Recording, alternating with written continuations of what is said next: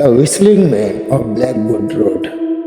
Blackwood Road runs through the pine of forest of Oregon, a stretch of asphalt no one willingly drives after sunset. Locals say the road was built over an old logging trail where men vanished without a trace in 1930s. The trees grew back thicker there as if hiding something benefit their roads. What they don't tell the rest is about the whistling. Ethan Carter learned about it one rainy night. His GPS died exactly 11:47 p.m. The screen flickering once before going black.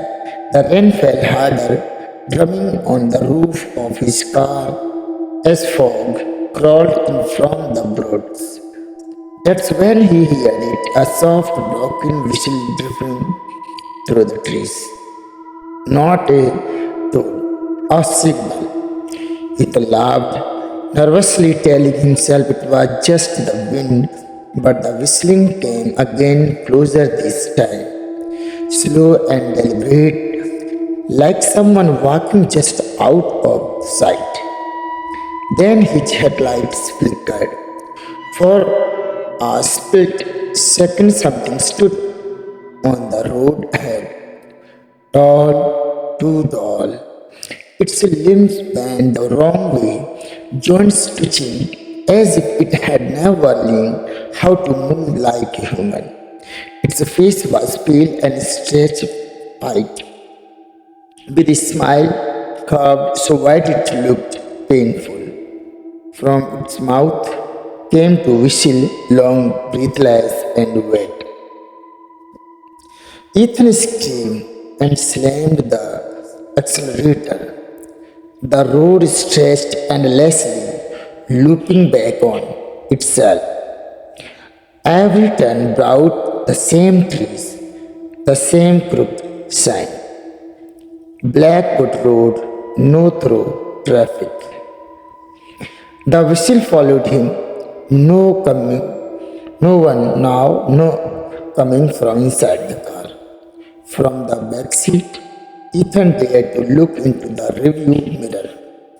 The thing was sitting there, head tilted, its hollow eyes reflecting the dashboard tight, its mouth open wider than possible, lips peeling back to reveal no teeth, only darkness. You heard me, it whispered. Now you belong to the road. The car was found the next morning, parked neatly on the shoulder, engine cold, doors locked, no blood, no signs of struggle. Just one strange detail. From that night on, drivers claim that when they pass Blackwood Road at exactly 11:47 p.m., they hear a soft whistle drifting from the trees, and sometimes from their own back seat. If you want, I can make this shorter for a YouTube crappy video. Part 2.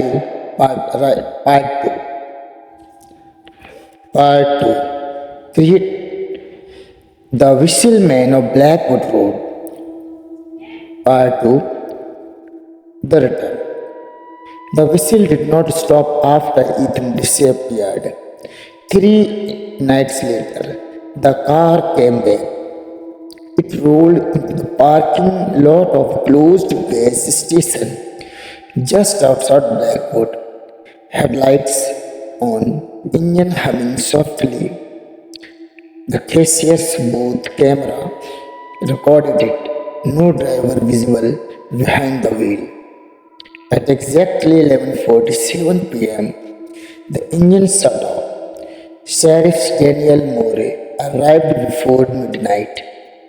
He had grown up hearing stories about Blackwood Road, but like most local, he had learned to laugh of them. Still, as the approached Ethan Carter's car, a cold pressure settled in his chest. The driver's seat was soaked.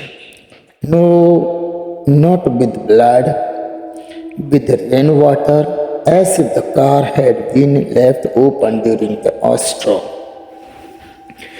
Inside the glove box, Noor found Ethan phones.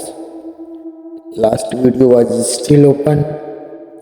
He pressed play. The screen showed Ethan's terrified face, illuminated by flickering dashboard lights.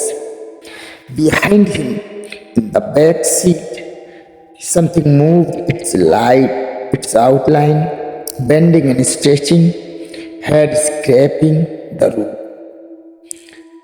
Ethan whispered, "It learns your voice." The whistle began in the video, distorted and broken, vibrating through the speaker. Then another sound joined it, a perfect imitation of Ethan's own breathing. The video ended abruptly. That night, Sheriff Moore could not sleep. At 11:47 p.m., the whistle drifted through his open window, soft, curious, patient. His police radio crackled. To life units on. Unit 7 responded to Blackwood Road. The voice on the radio was said. Against every instinct, Moore drove. The road looked wrong. The trees leaned inward, branches tangled like a grasping finger. His headlights revealed figures standing just behind the tree line. Dozen of them, tall and thin, faces pale, mouth stretches into the silent smile, all of them whistling. At the center of the road stood Ethan, or something wearing him. His skin hung loose, eyes empty and black. When he spoke, multiple voices came out at once. "It needs a new path," Ethan said. "New drivers." The whistle rose to a deafening scream. The patrol car was found at dawn, abandoned in the middle of the Blackwood Road. The radio was still on, repeating the same message over the over. Unit 7 has arrived. Now the road appears on map where it never existed before. New towns, new highway.